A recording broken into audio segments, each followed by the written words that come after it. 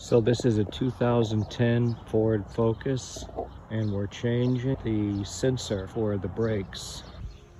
We're going to be using that gun, and we're going to get to it. Okay, every one of these bolts is a different size, so we'll try it out.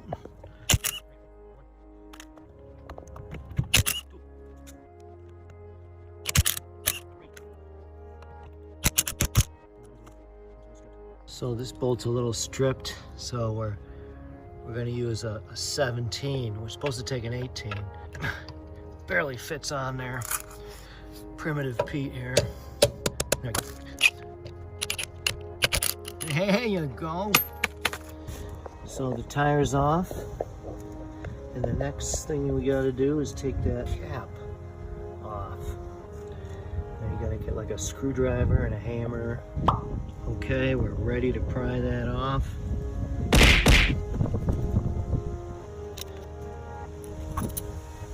There you be. And so we gotta get that bolt off. Usually that's about 140, maybe even higher, but it shouldn't be too hard to get off with the impact. I believe it's a 30. Yep. Then this should pull right off. And if it's a little snug, not too bad. Almost there. Oh. Yeah, they're looking pretty good. The main reason I'm pulling this off because I don't have a sensor. The sensor goes like right here, so there's no readings happening. So let's go get that sensor. That's what the sensor looks like.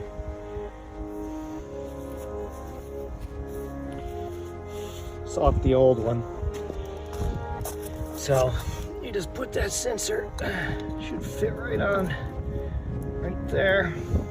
We're gonna have to find something that size to put that on there because it's not pushing on. I had to pry it off the old one. You can see it's gonna fit tight. So we gotta tap that on. We can't really hit this surface right here because that'd break. It's like a magnet, but I'm gonna get something I can tap it on with. I got this from Harbor Freight.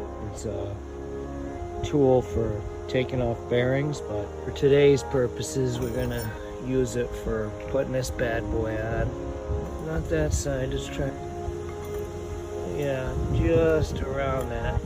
So what we did is set this thing right there so we're not, as you see, it's not touching the magnetic thing at all. And then we got it.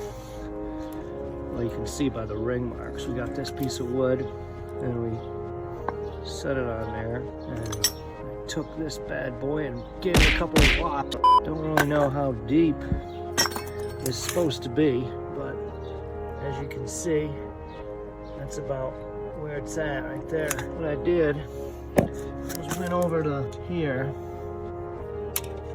Got a screwdriver, looked at the sensor. Right there's the sensor. And got my finger on the edge of that where it's gonna bottom out.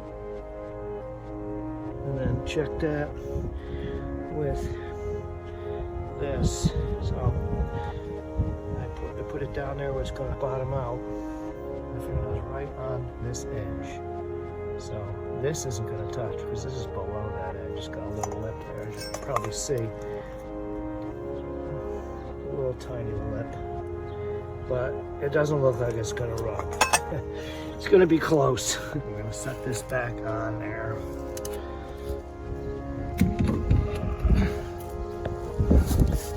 So I'm going to have to put the camera down for a minute and we'll work this. And there you have it. There. Looks like it's on. It's in good shape. Just get there's a 30. So we'll go right on there. And I believe that it's 170. Now mine, compliments of Harbor Freight, only goes up to 150. So we'll tighten that down to 150, maybe as far as I can go. And give it a little extra nudge past that. I think think that'll be good enough. We'll start it off. Make sure it's going the right direction, Nate. All right. Get her put on there. Okay. Get this off.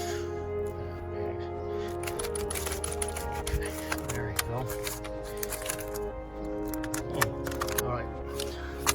I'm gonna set this to spin this dial down to like 150, or as far as I can go. Okay, we got her, as you can see, past 150. So we're pushing 160, so somewhere in there. Again, probably check it, see if we're going the right direction. Oh, watch my delicate finish on my car.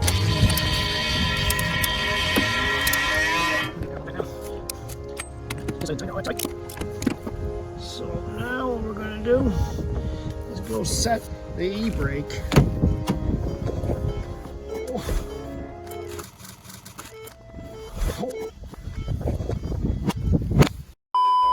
Tasty. There we go. Now we can tighten this pig down.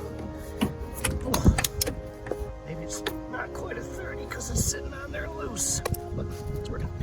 Scratch up, do the finish. Now just tighten it up. Wait for that color. I'm just gonna take a little bit of hand. Probably 160 or whatever I said.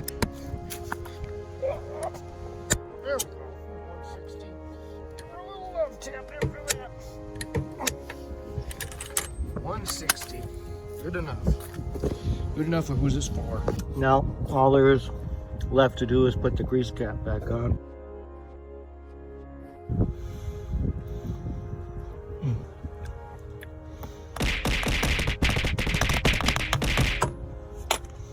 Maybe use a little hammer.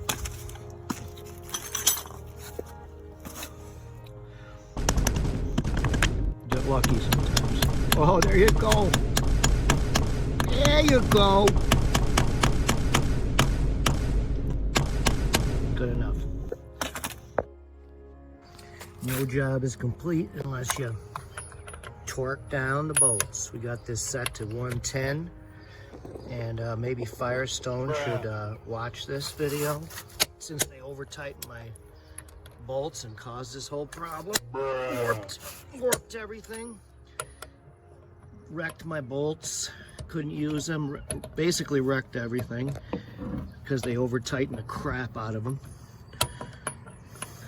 So after you use this tool to a low setting, you use this tool, Firestone, at 110.